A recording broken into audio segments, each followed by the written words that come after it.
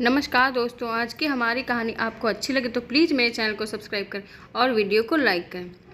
आरती ने अपने बेटे रौनक की सगाई बुझे मन से काजल के साथ तय कर दी। एक सप्ताह बाद सगाई की रस्म रखी गई, जिसमें काफ़ी रिश्तेदारों को बुलाया गया।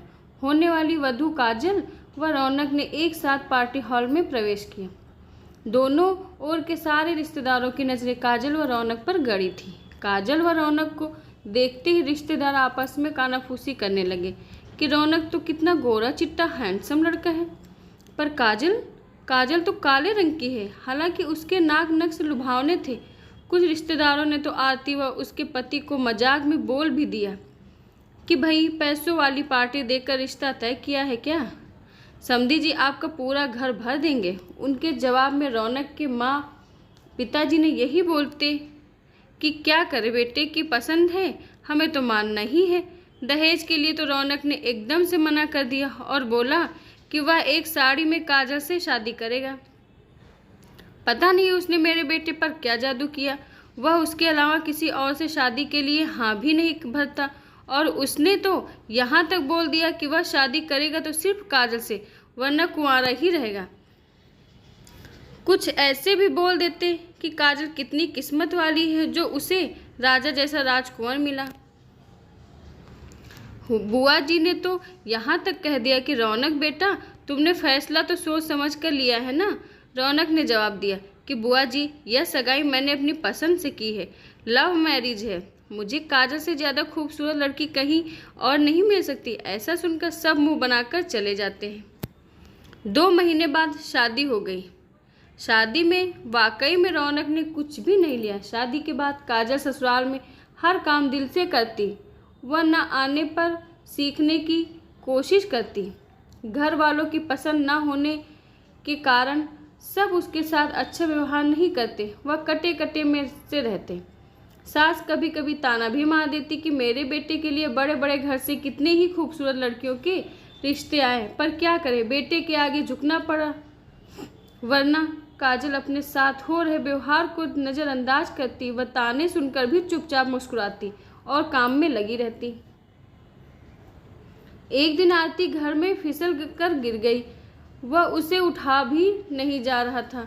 बड़ी मुश्किल से अस्पताल ले जाया गया। पैर की हड्डी फ्रैक्चर हो गई थी और उस पर प्लास्टर चढ़ाया गया। डॉक्टर ने पूरा बेड रेस्ट बोल दिया। उसे पलंग के नीचे उतरना भी मना था। काजल ने रात देखा न दिन पूरे तन मन से सास की सेवा की। वहीं रौनक भी ऑफिस के अलावा जो समय मिलता अपनी माँ का पूरा ध्यान रखता। जल्दी ही आरती ठीक होने लगी। काजल का हार्टली सेवाभावी स्वभाव देखकर धीरे धीरे आरती प्रभावित होने लगी। हाल चाल पूछने के बहाने रिश्तेदारों का आना जाना बहुत होता था।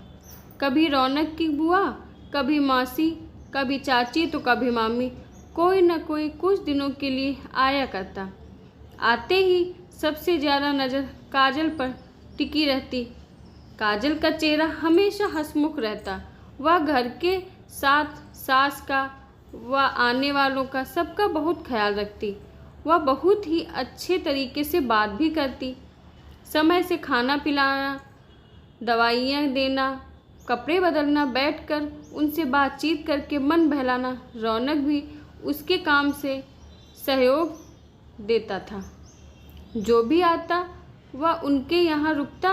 उन सब के साथ काजल दिल से अच्छा व्यवहार करती। साथ में इधर उधर की बात करने की बजाय अच्छी अच्छी बातों का डिस्कशन करती। इसलिए सभी को वहाँ रुकने पर बहुत अच्छा लग रहा था। इस वजह से किसी का भी ध्यान उसके रंग रूप पर नहीं गया, बल्कि सबको उसमें गुण ही गुण दिखाई दे रहे थे। घर लौटते समय सभी के मुंह से यही निकलता कि आरती, तू बहुत किस्मत वाली है, जो बहू के रूप में तुझे हीरा मिल गया है। आज आरती को अपने बेटे की पसंद पर नाज हो रहा था, जिसने जिस विश्वास के साथ काजल में रंग रूप न देखकर उसमें खूबियाँ देखी और उसी के आधार पर अपनी जीवन संगिनी चुना और वह उसमें खरी उतरी। तो दोस्तों, उम्मीद करती हूँ आज की हमारी कहानी आपको पसंद आई होगी। धन्यवाद।